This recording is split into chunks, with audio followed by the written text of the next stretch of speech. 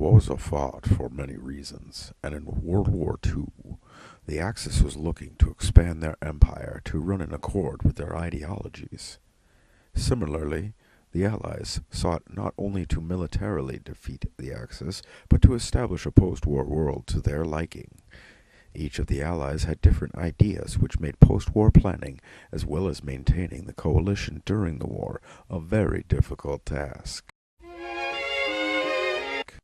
It was 5 months after Roosevelt instituted the Lend-Lease program that he and Churchill decided to meet off of the coast of Newfoundland to define Allied war aims. With this meeting, they drafted the Atlantic Charter. They first wanted it to be clear that neither nation was seeking any territory or resources. Second, any territorial adjustments must be in accord with the wishes of the people concerned. Third, that all people have the right to self-determination. Fourth, that trade barriers should be lowered. Fifth, there should be a global and economic cooperation and advancement of social standards for all. Sixth, that once the Nazi tyranny was over, to establish peace for all nations, and that all should be able to live in safety in their own lands, free from fear and want. Seventh, that this peace will allow all to travel the high seas without hindrance. Eighth and last, that all nations must abandon the use of force, pending the establishment of a wider and permanent system of general security. These ideals were signed by both Prime Minister Churchill and President Roosevelt. December of 1941, British Foreign Secretary Anthony Eden met with Stalin in Moscow to speak about the war. Stalin's only concern was with Soviet territorial growth that conflicted with the Atlantic Charter. Stalin's demands were proposed in great detail, breaking apart and giving independence to many Eastern European states. Stalin was willing to help the allies of Western Europe, but also wanted recognition of the Soviet position in 1941. Stalin agreed that German restitution was to be paid with materials and goods rather than money. He inferred interest in post-war alliances with democratic countries. Stalin definitively stated that Great Britain must show recognition to Soviet frontiers in the Baltic states and the restoration of the Soviet Finnish line. Eden could not commit to these terms, but did consult with the Allies about Stalin's demands.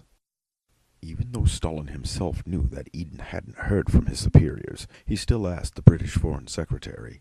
Eden was steadfast in his response that he would bring the question to the Allied governments and handle it under normal diplomatic channels. Stalin got agitated and said these negotiations were just like with Chamberlain's government and that the Soviet sacrifice had spoken for itself.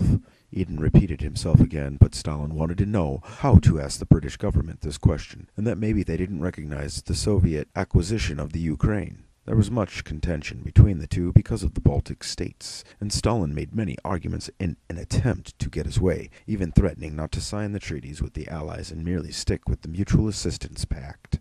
Stalin made many bold claims, leaving Eden to defend the Allies and their intentions with the war. The Soviets wondered why their ally wouldn't support them in their fight for further frontiers, while the Allies wondered why that mattered when a madman was at your door. Every government that joined the Grand Alliance was to pledge itself with resources and to cooperate against the enemies of the alliance, and to make no peace or armistice with them. Any nation that wished to was welcome to contribute to the war effort. While meeting with Prime Minister Churchill in Casablanca, Morocco, President Roosevelt called upon the name of Ulysses S. Grant and the moniker of Unconditional Surrender Grant. He did this to drive the point of the Axis's unconditional surrender. The Allies didn't mean the destruction of the Axis populace, but it did call for the destruction of their philosophies of conquest and subjugation. The Allies agreed on post-war policies in Moscow that they would continue hostilities against the Axis until they unconditionally surrendered. The Allied governments were all in agreement that those responsible for the war would be held accountable and that those deemed enemies would be disarmed. The Allies also acknowledged that they should establish an international organization for the purpose of peace and security. And until they could set up such an organization, it would be up to the United States, Great Britain, Soviet Union, and the People's Republic of China to consult about the general security.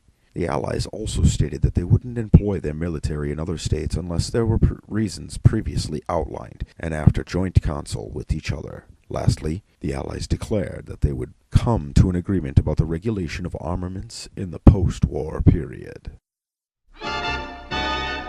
Over cocktails, President Roosevelt and Soviet Foreign Minister Molotov spoke about considerations on post-war organization.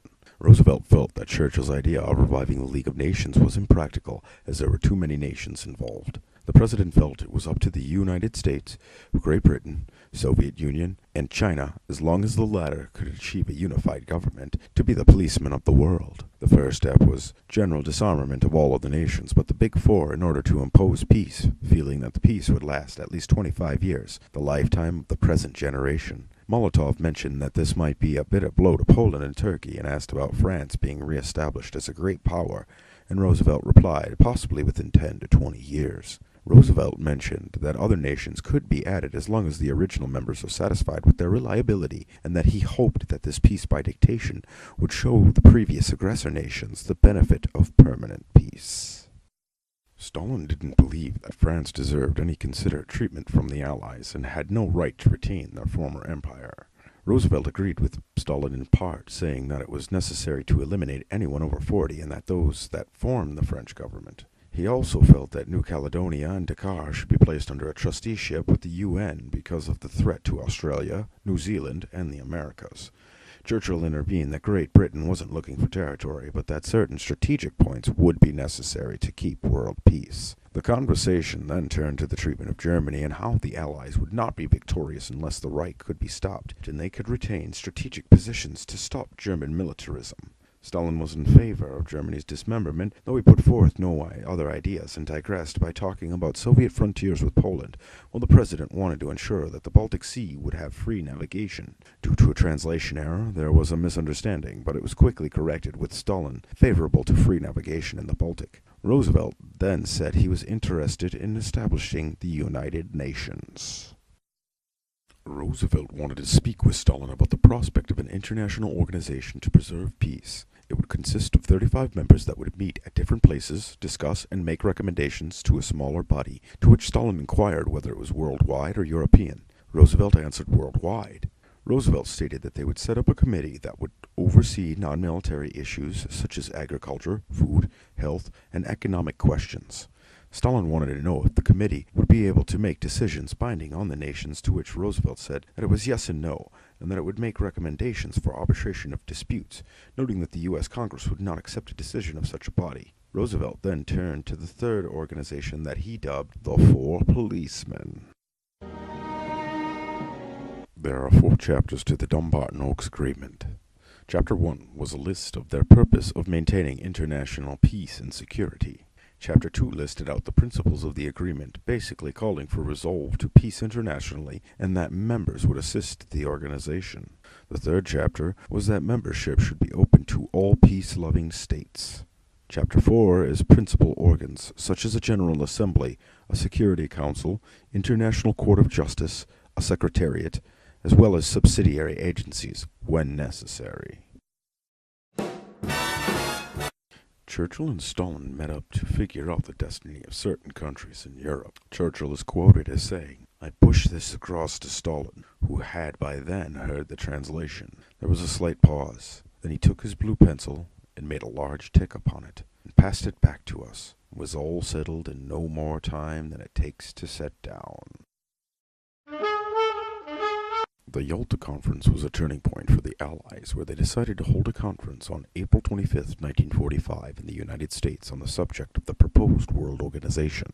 The Allies, including China and the Provisional French government, sent in an invitation to other nations that shared goals of peace with the Allies and considered the Axis their common enemies. The Yalta Conference also detailed post-war policies on territorial trusteeships for countries broken apart from the current war, declaring a liberated Europe from Nazism and fascism, and those nations would be allowed autonomy and self-determination. The dismemberment of Germany, including complete disarmament and demilitarization, and that it was agreed that a zone in Germany would be occupied by French forces, and that the French provisional government would be a part of the Allied Control Council of Germany.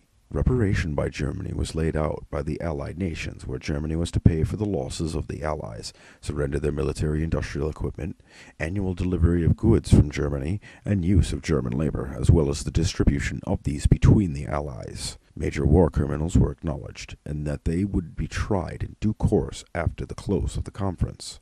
The declaration of a Polish provisional government was also agreed upon by those in the conference after the complete liberation by the Red Army. Lastly, the Soviet Union agreed to join the war with Japan, with certain conditions being met by the Allies, including territories and ports Russia had lost to Japan in 1904.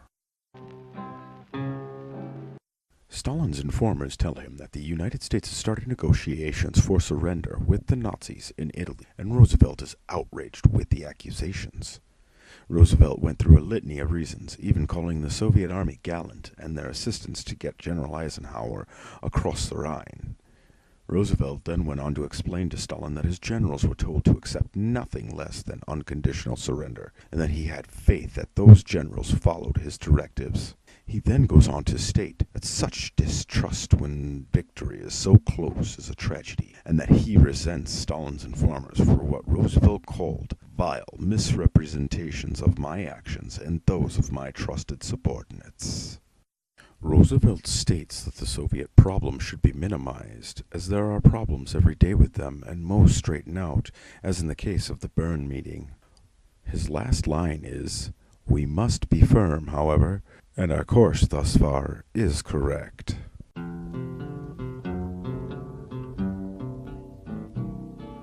I don't